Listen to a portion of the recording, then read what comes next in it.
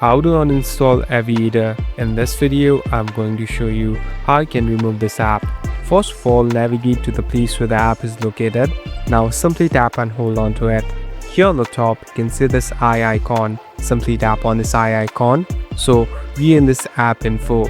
This is the place where you can customize and make different changes in the app. In other mobile devices, you can directly go to settings and open app info. Here on the bottom, there's an uninstall button. Simply tap on uninstall. Now, before removing the app, make sure you have your ID and password saved for later because you might need it when you reinstall the app. So at last, tap on this OK button. Now, it will take some time, and as you can see, the app is completely gone from my mobile device. Thank you for watching this video.